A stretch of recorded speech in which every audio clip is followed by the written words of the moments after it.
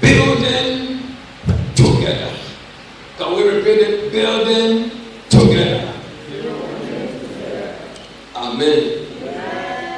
So as part of our theme for our anniversary, building together is very important. Amen.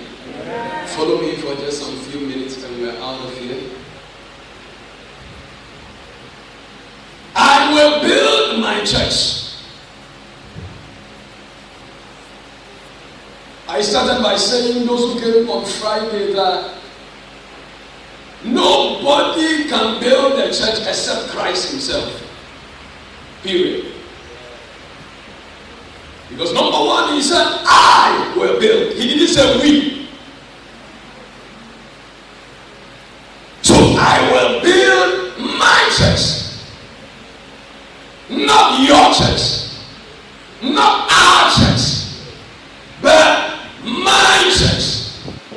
So number one, the church belongs to Christ. I saw already your idea. Oh, I want your feedback. I saw already your idea. So I don't want to hear you say, oh, that man's church, that one man's church is an error. Because the church belongs to, and the owner of the church says, I will build. So I refuse to accept the claims of some old people who calls us one man church, who calls us whatever, because the church is not for anybody. Jesus could have said, we will build our church, but he said, I will build my church. Maybe for lack of words, and maybe sometimes we may say my church, but even when you peradventure say my church, it doesn't mean the church is yours. That's already a idea. It belongs to Christ. And he is the builder. For Jesus to say, I will build my church, it means he has what it takes to build. I will build my church. Are you following? And this morning we are saying building together. Building together. Why? Because when any man gets up, I believe some of you have built your own houses here. Praise God. Whenever you get up, because listen to me, just a few minutes, when a person gets up, nobody punishes from your boss and say, I will build. Somebody can just get up and say, I want to build. Oh, I want to build my house. What does it mean? Or person will sit down and nobody gets up and just say, I will build, before somebody will say, I will build. It means the person knows what he's about to do. And that's what I'm going to do. No. Before somebody will say, I am going to build, it means a proper planning. What planning means? Amen. Because when you say yes, sit down, you should build. So for somebody to say, I will build, number one, the person thinks of land. And I'm a what? Nobody just gets up. Won't sorry, break up like I said, me go sit down. Abra. And you my mama want to just sit down, you are not put them in place. So now let's bring it here. Are you following? Say yes to say I will build. It means he has already put in place the mechanisms that will make the building possible. Oh, you are not here. Hallelujah. For him to say I will build, it means he has made already the provision for the building.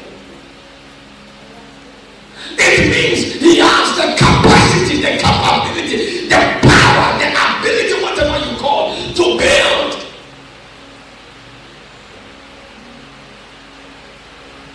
So as a Messiah, that's why we must leave the church to him, for him to build, and not come up with some human ideologies or whatever, because we want to know he is the builder.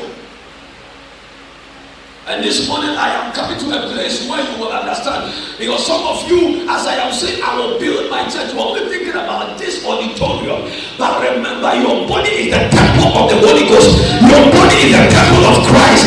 Know ye not that the Lord dwelleth in you, the Spirit of God dwelleth in you, and you are his temple. So if he is building, then what is he building? He is not just building this facility, but you are the one he is building. Are we together? And I'm coming there. Because a young son, you have a solid identity. Starting here, make us a building now, move for 3 years old. I have 70 this kind of move a party. So your mind is already there, thinking we are coming for money. That's how they have made sense to be to you. But Jesus said, I will build. Somebody said, I will build. Never was a super said, Lord, this morning, build me. Come on, I cannot hear you say, Lord, this morning, build my life. Build your church. I am your church. Therefore, build my life.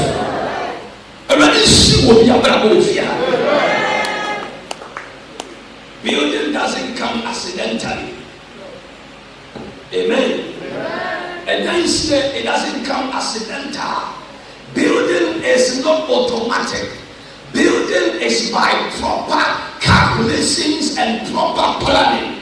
So if I say I will build, I make my mind to get a land. I make my mind to think of if I am building, I will need blocks, I will need cement, I will need sand, I will need water. What else? All the things that we put in place to build. And if you don't just, building is not accidental. Hallelujah. I have read the Bible, but I've not seen miracles upon miracles have happened in the Bible. But I've not seen anywhere in the Bible where a man just stood up and said, give me 10 bedrooms. And then the 3 bedrooms from heaven. My son, my son, my son, my son. 3 bedrooms. Do you need doors? Building is not accidental. And when yes, one can set the example, or say, Nabonia, someone yet, but it is a will be considered. And the people considered there were 2 people, 2 scenarios. Was a Bago SCC and Miaso. Bago so SC or Potaiso. So the 2 of them had opportunity to build. But the building must be intentional. And based on that, one decided to look for a proper place, a well-grounded area on the rock. No, since that was so. And the end by accidental, and the guy was advertised. But he managed and calculated. So he sees like everyone. The other person just said, oh, and then you will be baby. So building is not accidental. I want to establish that fact. This is what you want to plan your life. Don't sit down and be thinking, yes, when you are to get my obedience. Don't get me wrong. And when you are to get my obedience, dying action. But what I'm saying is, it didn't come accidentally. The person built the house gradually upon gradually. Do you understand? If there will be the chair, you say, oh, you got it and that is how it is. But we always say nothing is free. So when somebody does you something, you receive it freely. But the person paid